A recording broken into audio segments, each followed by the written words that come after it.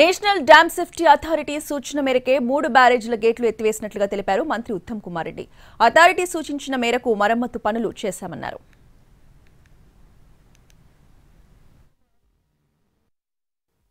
వాళ్ళు చాలా స్పష్టంగా చెప్పిందంటే ఇప్పటికైతే అన్ని బ్యారేజ్లకి అన్ని గేట్లు ఎత్తి నీళ్లు కిందికి వదిలేసేయండి.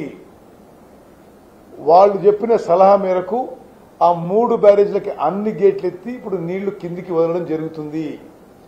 మేడిగడ్డ బ్యారేజ్లో ఒక గేటు ఎత్తడం వీలు కాలేదు. అందుకోసమే ఆ గేట్ని పూర్తిగా కట్ చేయడం జరిగింది. అదేవిధంగా ఎక్కడైతే క్రాక్స్ వచ్చాయో, ఎక్కడైతే డ్యామేజ్ జరిగిందో,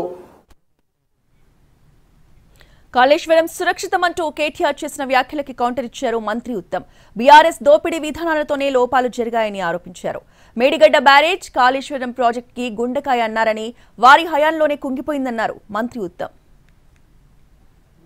అబద్ధాలు చెప్పడానికి కూడా హద్దు ఉండాలి కేటీఆర్. అసలు మేడిగడ్డ బ్యారేజ్ కూలింది మీ టైమా మా టైమా? అసలు అది మొత్తం కూలిపోయి పర్రెలొచ్చి క్రాక్ అయిపోయి ఆ గేట్లు ఇరిగిపోయి అదంతా జరిగింది మీ టైంలో.